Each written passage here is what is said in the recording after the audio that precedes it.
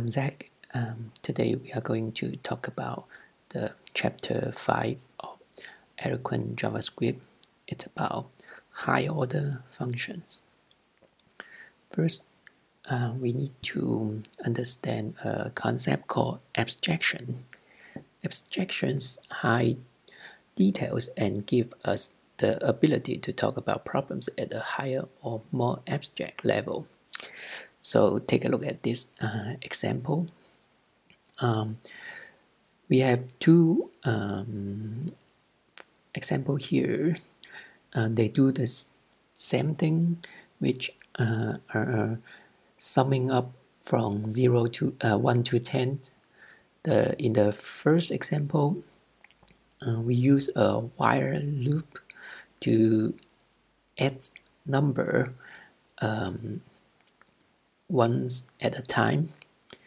And in the second example, we use a function called sum and another function called range to do the sum. Well, you can see in the second example is more abstract and it's simpler.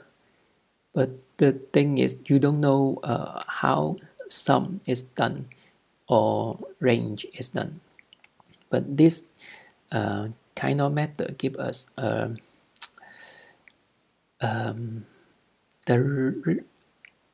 readability of the code. It's much more easier to read a code like this. Okay. High-order functions are functions that operate on other functions, either by taking them as arguments or by returning them. Okay, higher-order functions allow us to abstract over actions rather than values. So we can have three types of high-order functions. Functions that create new functions, functions that change other functions, and even functions that provide new types of control flow. Let's take a look at each of them. The first one is create. We have a function called greater than. It takes argument n, and then it returns a function, which means let's take a look at this line. The var, we created a greater than 10 variable and assign greater function to it, and with the argument 10, and then the function here will be returned. So greater than 10 will be a function. That's why we can pass 11 to the greater than 10 variable, because it's a function now. That's how you create a new function within a function, by returning a function. Okay. Change. So here we have a function called noisy. It takes an argument, which is f. So we have to pass a function to this noisy function.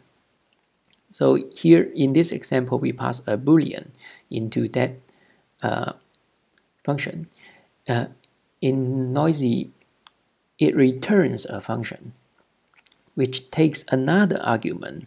So here noisy takes a second argument for the inner function, and then within the function we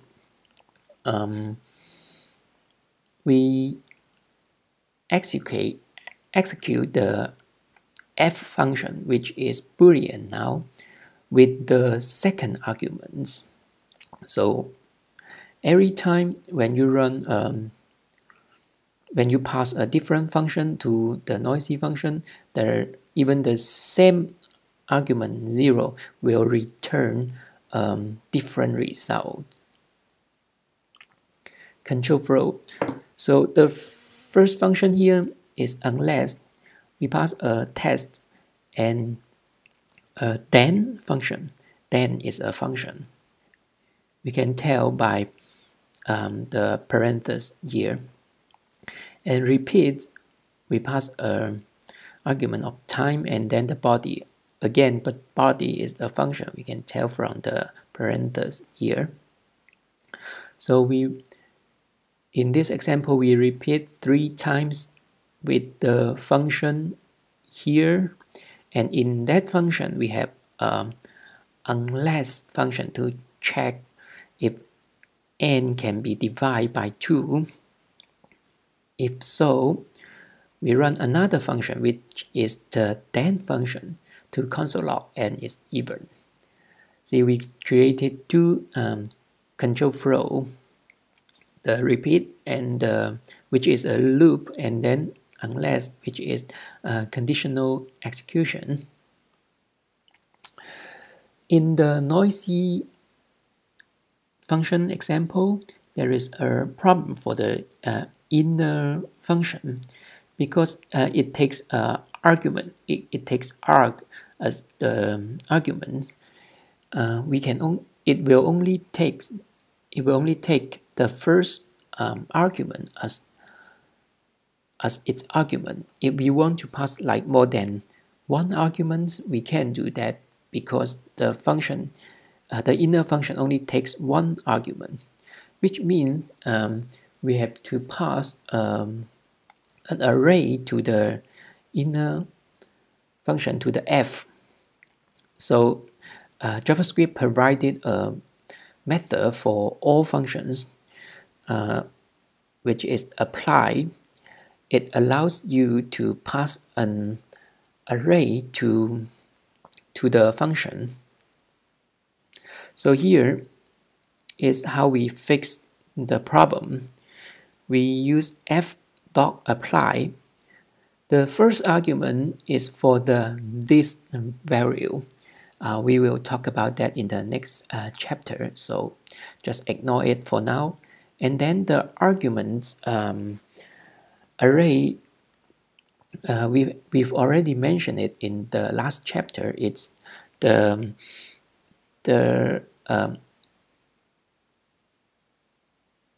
a variable passed by in every function which contains all the arguments for that function, and it's an array, so we pass all the arguments in this array to the function f. That's what apply is for. Another thing we need to know is the JSON data format. So here is an example. We have a JSON format data here. You can see the curly brackets here means it's basically an object. So JSON is like storing data in the object format. So JSON stands for JavaScript Object Notation. It's used as a data storage and communication format on the web. It's very, very popular, even for languages that is not JavaScript. When 2 websites or apps need to communicate, many of them would use JSON as the data format. So let's take a look at some restriction for the JSON format. First, all property name have to be surrounded by double quotes, and only simple data expressions are allowed.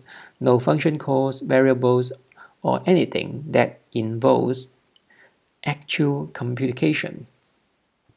Let's take a look at the JSON format here. We can see the name property is surrounded by double quotes, and then we can see only strings and numbers.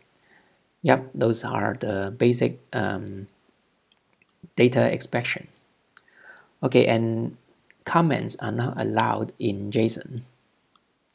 JavaScript provides two functions to work with JSON. The first one is JSON.stringify, which takes a JavaScript value and returns a JSON encoded string, which means it converts a JavaScript value to JSON format.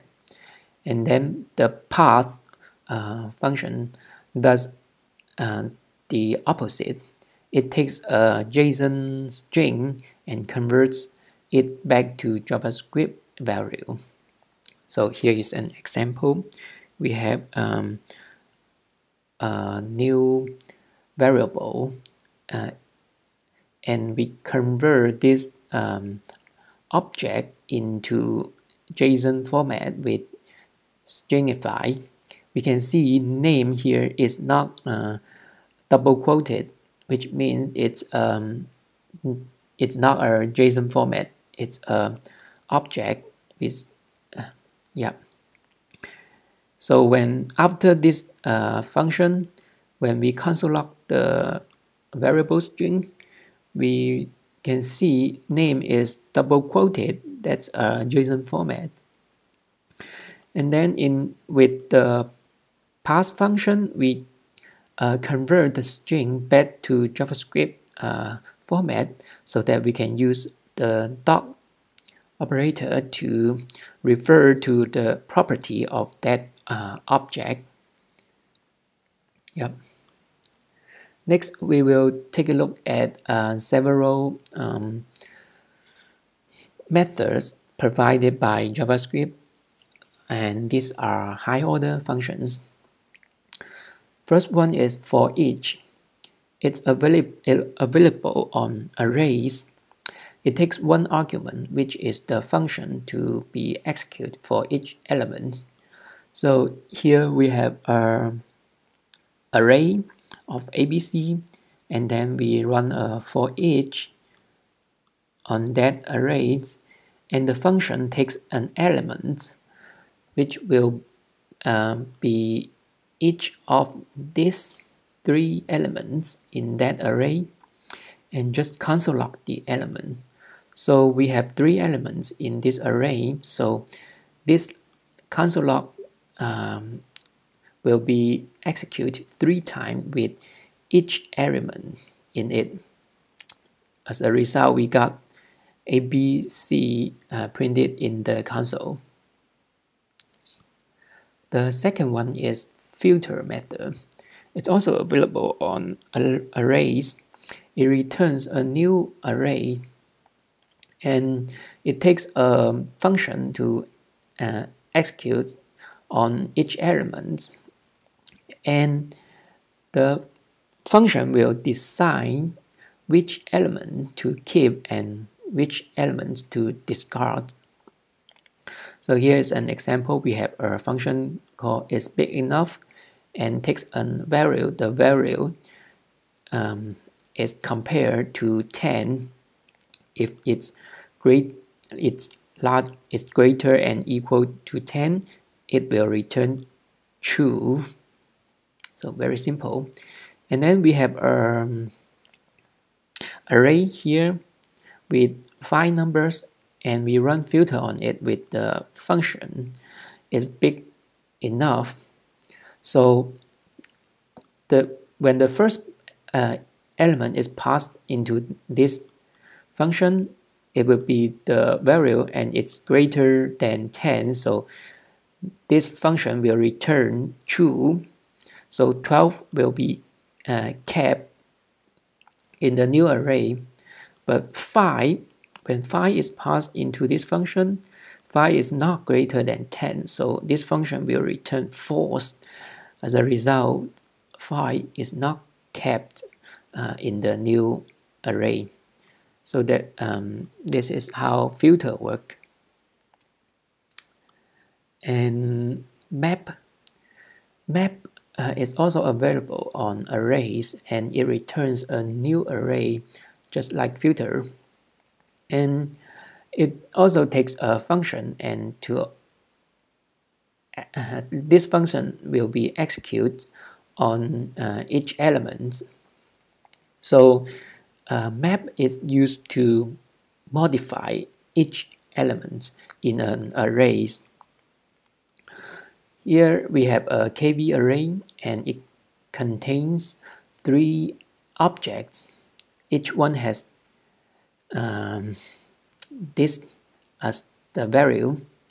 We can see actually the key here and the value here is not necessary, because it's a convention. It's a convention that the first one is the key and the second one is the value.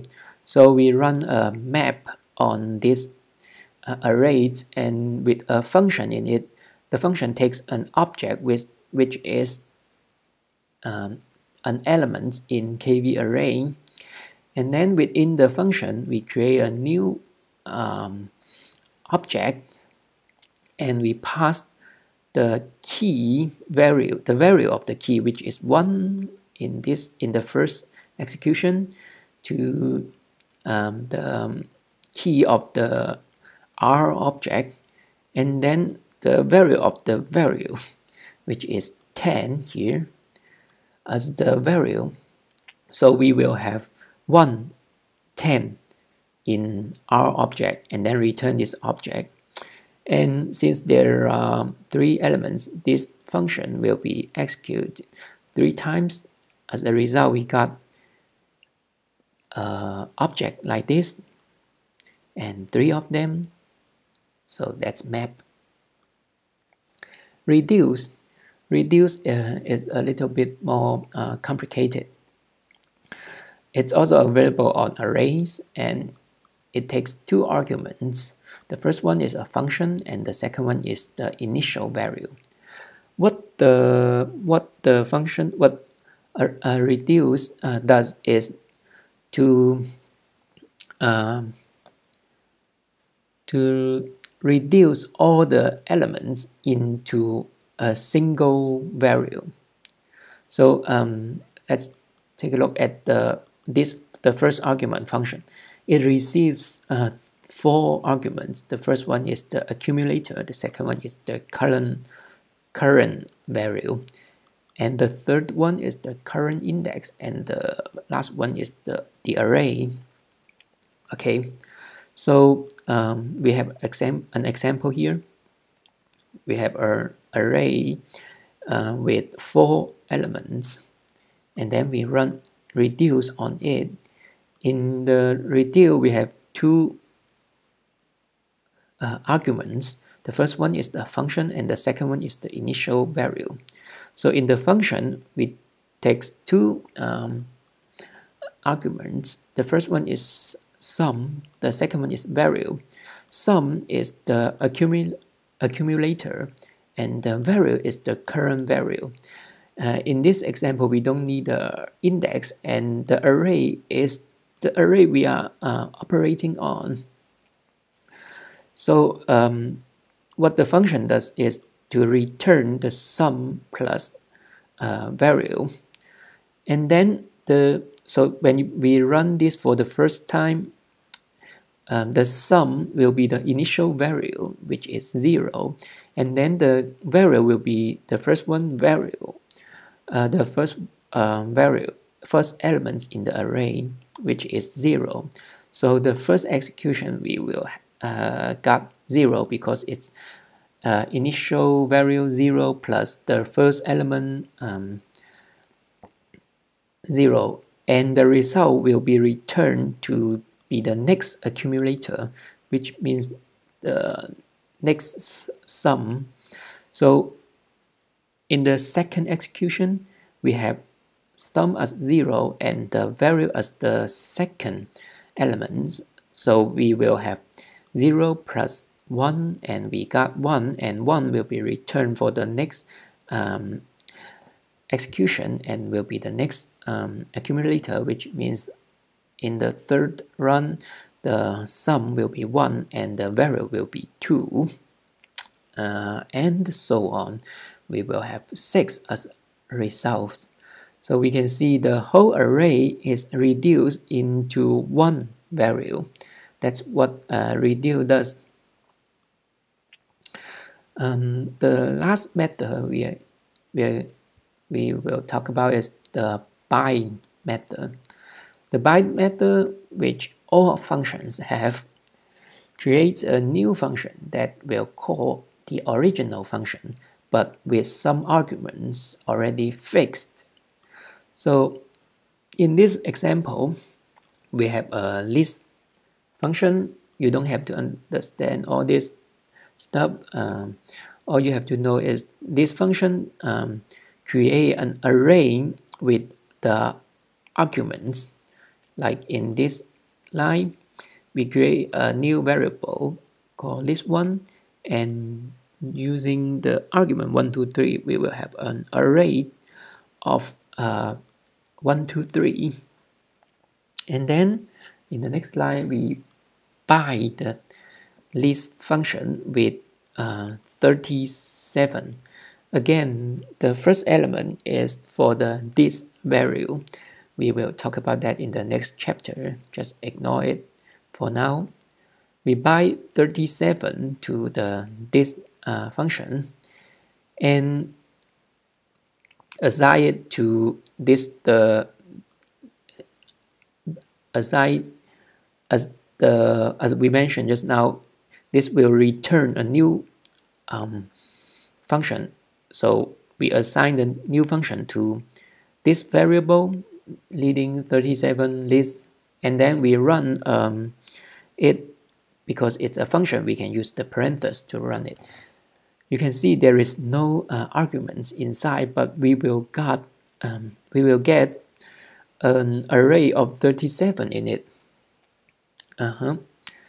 That's because we bind 37 as the fixed argument in the new function, and if we pass some arguments into it, the 37 will still be the first elements of the new array. Yeah, that's bind. So let's summarize what we have learned today. First, we learned the idea of abstraction, and then we take a look at high-order functions. You can have functions that create functions that change functions, or functions that work as a control flow. And then we learn the JSON format. We have to remember all the property names are double quoted, and then only simple data expression are allowed, and no comments in the JSON format.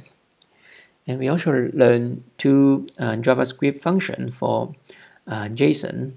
The stringify turns a JavaScript value into JSON format, and parse turns JSON format back into JavaScript value. And next, we've learned four methods for arrays. The forEach method runs a function on each element.